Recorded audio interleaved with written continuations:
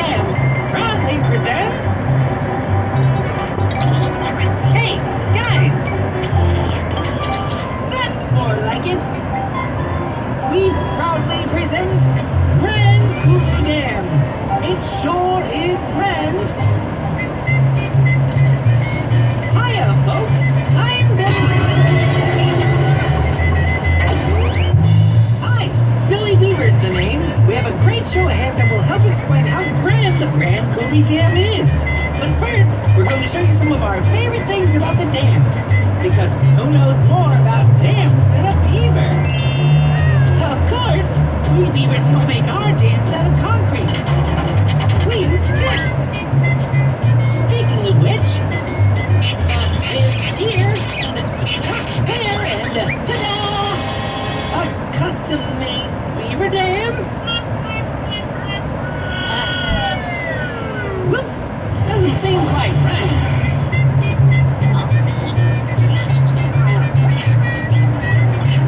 But do you know why Grand Coulee Dam is even here? It's here so everybody can see us doing our show.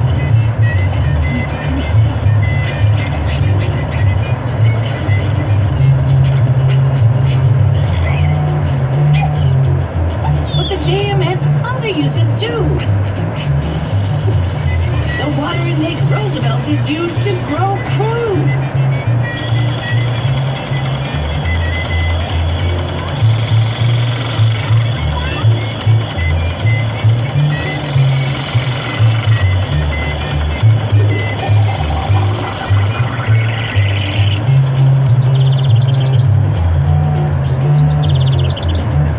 And the water also generates electricity. Ta-da!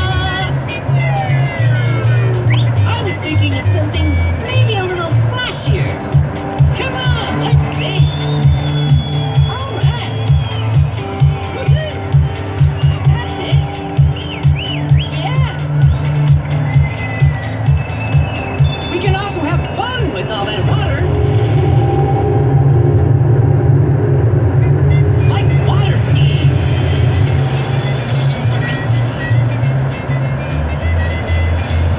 And fishing. Uh-oh. And, paddle boating. And swimming, too. There we go. There are all sorts of recreation uses with it. A wild walleye. Now, what was that we were saying? Oh, right. Grand Coulee Dam. It sure is grand. What? Oh, yeah. We've got to get going. The main show is about ready to start. Thanks, everybody. See you next time.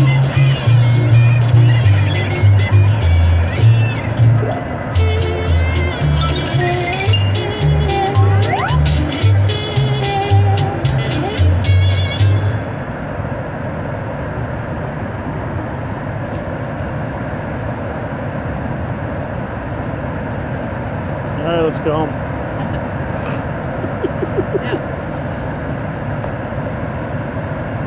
The Bill Power Administration proudly present One River, Many Voices.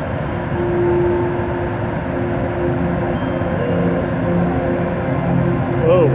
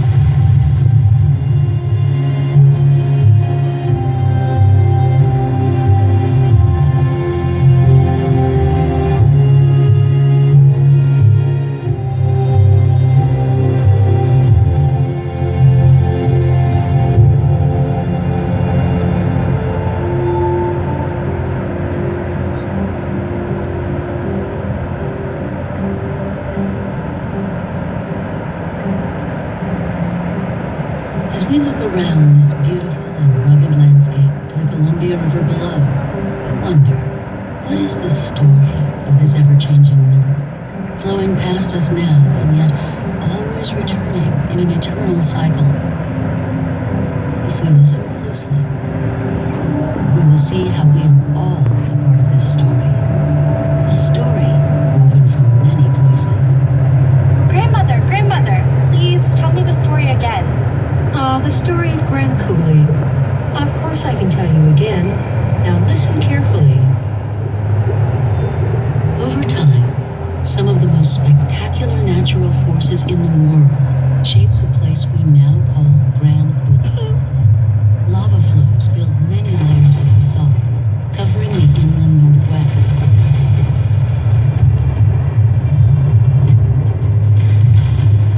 Several ice ages come and go. With warming, a number of lakes form and burst through ice dams, which then reform with each cooling cycle.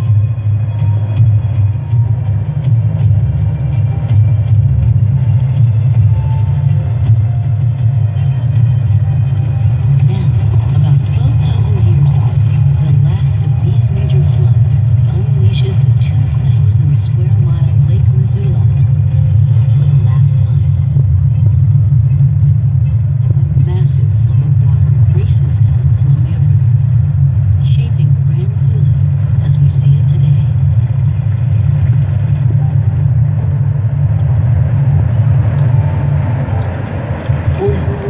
Spain rock chain passing by the Coulee in white in the spring in a riverbed. Ancestors of the Confederated Tribes of the Colville Reservation and the Spokane Tribe of Indians living along the Columbia River use many resources.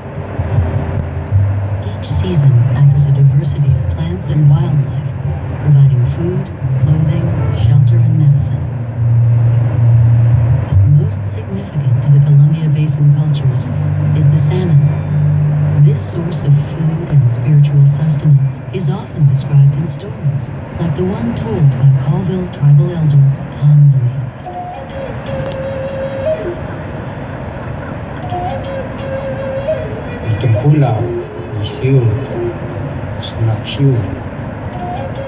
That was my Indian name. My white given name is Tom Louie. We're known as the Snakheet, noisy water people, as they call us today, snipe people. Right up Kittle Falls. Kittle Falls was the gathering place for the people back when the animals were. The two-leggeds wasn't even heard of. Coyote, he was quite a trickster.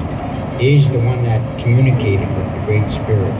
He would communicate with Coyote, and Coyote would come down and he would share what was going to happen. While Coyote was communicating with the Great Spirit, that one day, the Great Spirit said, "There'll be two-leggeds walking among you.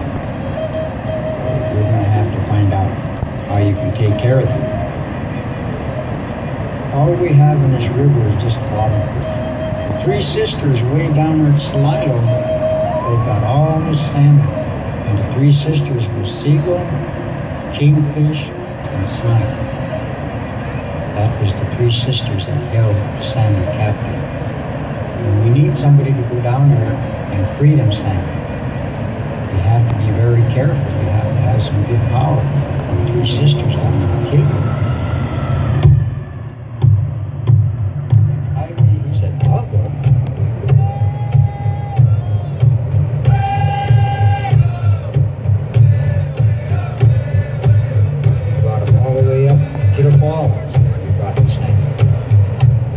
The massive Kettle Falls of the Columbia River, along with little falls on the Spokane River, become two of the most important fisheries for salmon, steelhead, and lamprey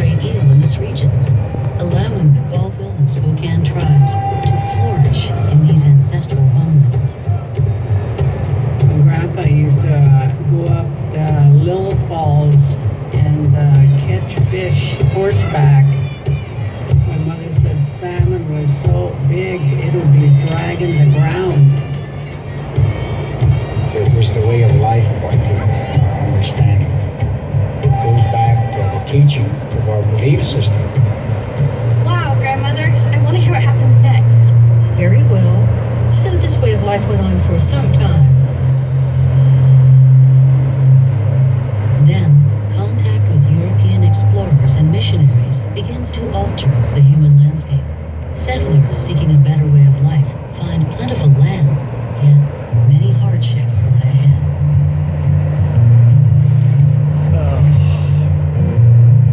My two great uncles were the first of four brothers who would come here in 1882. They were immigrants from Canada, and their family had been in Scotland a generation before that. Archie would write, I took up 160 acres of land. Of course, I am not a deed yet, but I am a Yankee all the same. Well, the Yankee chose land over by Grand Coulee, which can look quite lush and green in the spring, but severely in year. That endeavor failed. The McGregors ended up in the sheep business. You could work in the sheep business, exchanging your labor for a third of the lamb that would be produced, and it was a place for people to make a start.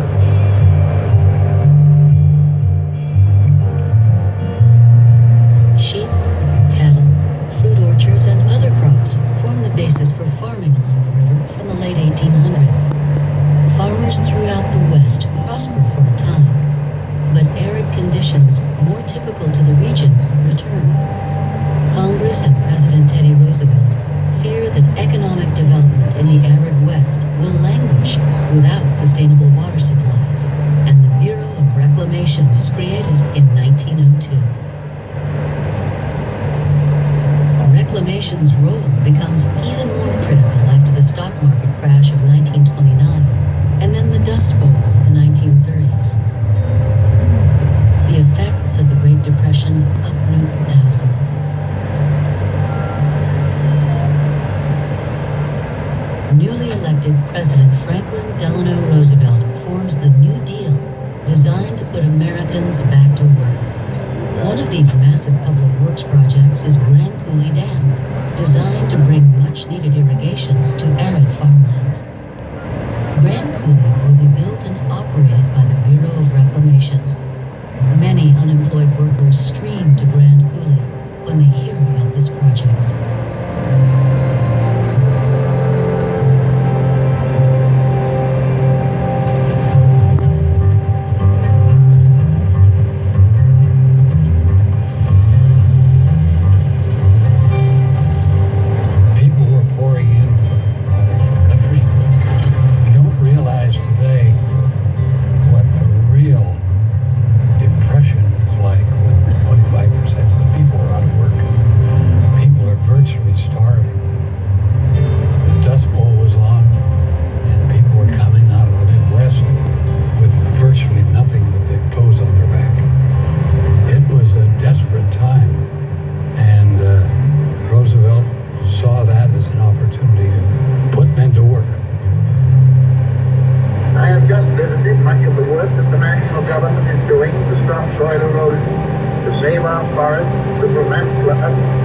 To produce electric power for more general use, and to give people a chance to move from poor land to better land by irrigating thousands of acres that need only water to provide an opportunity to make a good living.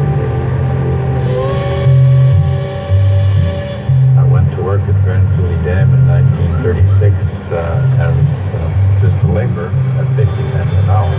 Within about a year, I had garnered enough experience to become a cement finisher at $1.20 an hour.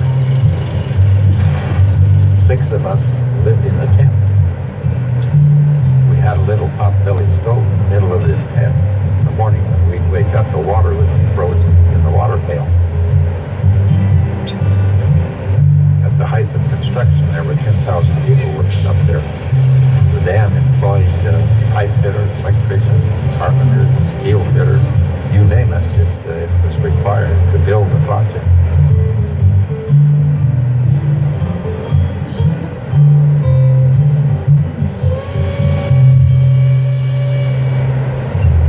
For fun, we would come to Soap Lake once in a while where they had Saturday night dances. I went with a girl over there for 3 years.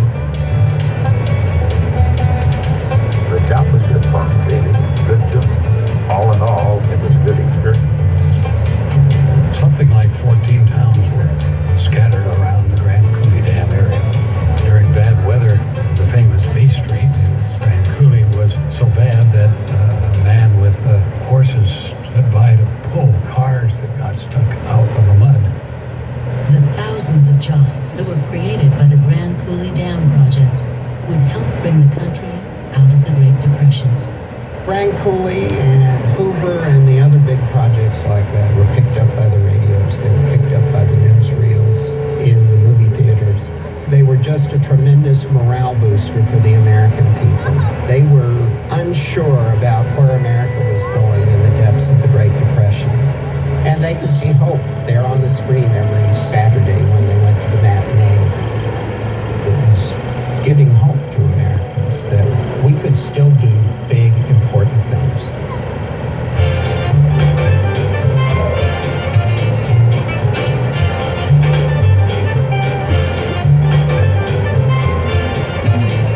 The tremendous Columbia River, flowing 1,200 miles from its headwaters in British Columbia and draining into the Pacific Ocean, is one of the Earth's most powerful river systems.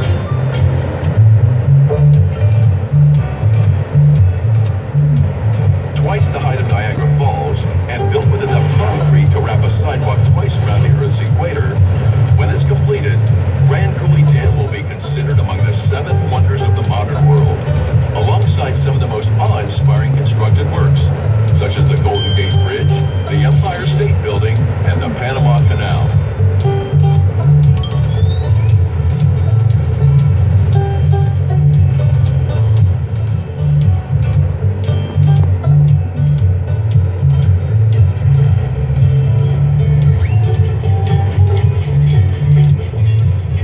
Once the 550-foot structure is built, hydropower can be created. Water controlled by the dam rains down tubes called penstocks into rotating turbines. The sheer force of gravity allows the rushing water to turn the blades of the turbines, which in turn rotate a shaft and electromagnet called a rotor. This whirring rotor sits in a copper ring, causing the dynamic electrons in the copper to produce electricity, enough to power 2.3 million households. Truly a renewable resource, the water is released back into the river and can be used again to create more hydropower at the 10 other dams downstream on the Columbia. Grand Coulee Dam, proof of human ingenuity.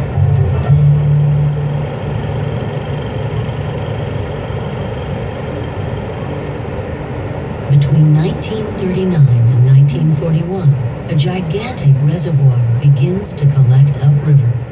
This will be called Lake Roosevelt. Power generated for farms and towns will grow the Northwestern economy and help to feed a nation. But as the promise of bounty for many on this land approaches, abundance is taken away from others. Salmon, as well as steelhead and lamprey, are prevented from swimming to the Kettle Falls or Little Falls fisheries in the Upper Columbia and Spokane rivers. Salmon were our trading commodity and our major food supply. And so when they stopped the salmon from coming up past Coulee Dam into our fishing sites, it just disrupted our whole system. Homes and livelihoods and 56,000 acres of land are inundated prior to the dam's completion. And they were getting rid of everything along the shore, all the way up from Coulee Dam clear up to Little Falls. They moved all the houses or tore them down. It was all covered. Just the way it was going to happen, I guess.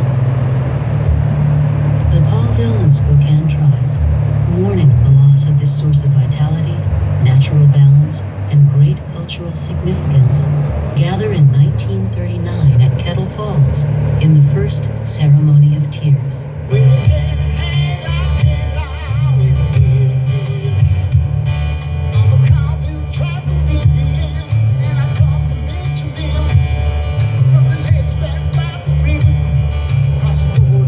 There was a lot of controversy. Right up to the end of construction, there were people who didn't want it. Of course, as you know, when the war started, we really needed it.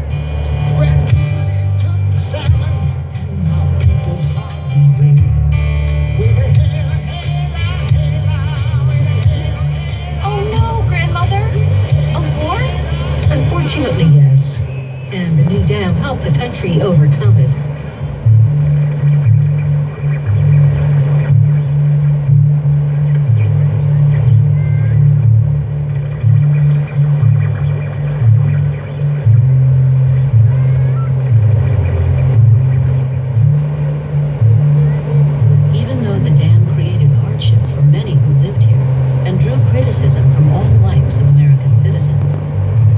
unexpectedly about to show its importance when the country entered World War II.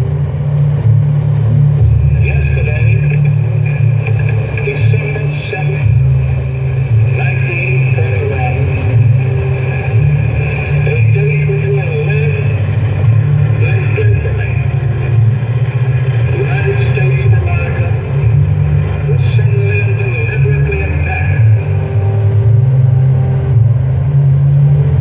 There was a high demand almost instantly for the power. It was funneled into shipbuilding on the coast. It was funneled into aircraft building. It went into aluminum smelters, which were vital for the aircraft industry. And then a large percentage of the power went into the Hanford Reservation for the atomic bombs that were created toward the end of the war. The Bonneville Power Administration, authorized in 1937, allows for the maintenance, transmission, and sale of power created at Grand Coulee and other federal dams in the Columbia River system. If not for Grand Coulee Dam, the Northwest would need 15 coal-fired plants or 6 nuclear plants to equal the hydropower that will be produced here. In 1950, President Harry Truman speaks at the dedication of Grand Coulee Dam. This visit strengthens his resolve to promote further development of the river, providing flood control at times of unpredictably high runoff, as well as enhancing water storage and hydropower. This is a great occasion. We've come here to dedicate Grand Coulee Dam, one of the mightiest structures man has ever built.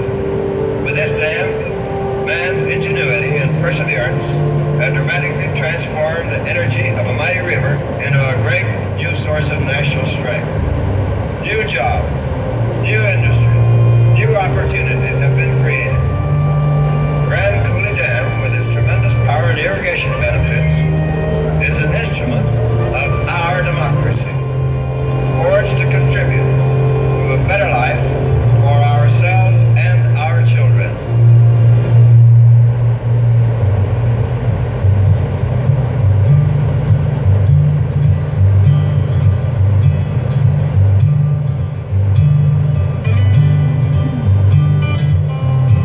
The next challenge is to supply much-needed moisture to Washington farmland, averaging just 6 to 10 inches of rain per year. Progress on the Columbia Basin Project, the 1935 plan to irrigate huge swaths of the inland Northwest, resumes. The first Columbia Basin irrigation water didn't get here until 1952. There's a big pumping plant on the upstream side of the dam that pumps the water up into Banks Reservoir. It's gravity all the way down to Pasco practically. Just like an oasis now that used to be blow sand and sagebrush, and now it's the breadbasket of the state, if not the nation. 2/3 of the 1 million acres originally designated in the Columbia Basin Project are under irrigation. Farmers are able to raise a wide variety of crops for food and fiber.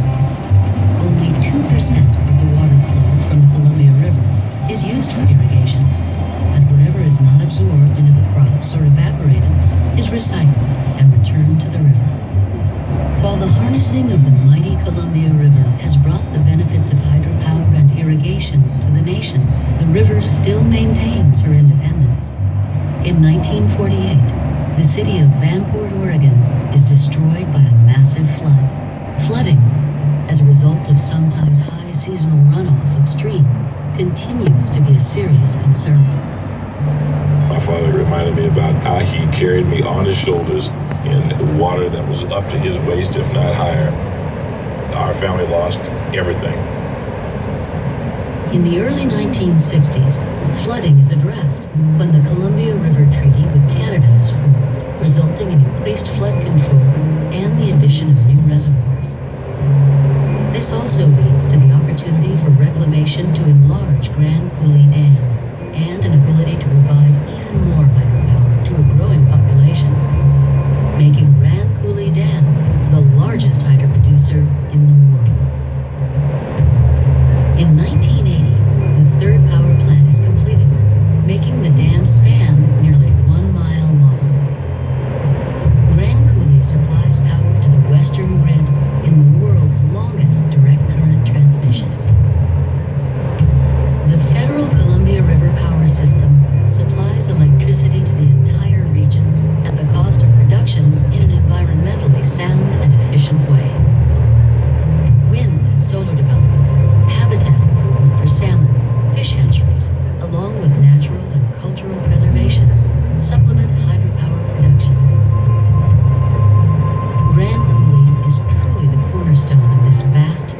artificial resource. And I think it even did better than what they anticipated.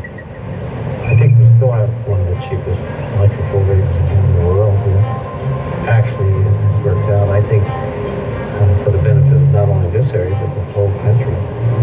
I've come up here with my family for 40 years, fishing, camping, and now my grandkids are joining us. It's a place we know we can always come back to reconnect with nature. We always see something new. Because of Grand Coulee Dam, many new recreation areas were created. Lake Roosevelt National Recreation Area behind the dam, and Banks Lake, the 27-mile-long reservoir south of the dam, and their surrounding landscapes, which include hundreds of acres of habitat, now protecting many species of animals and plant life native to this area. The addition of resident fish in the lakes and the many opportunities for recreation, solitude, and learning make this a special year-round destination, attracting over 1 million visitors to the area every year. The dams have created a different ecosystem than what was here.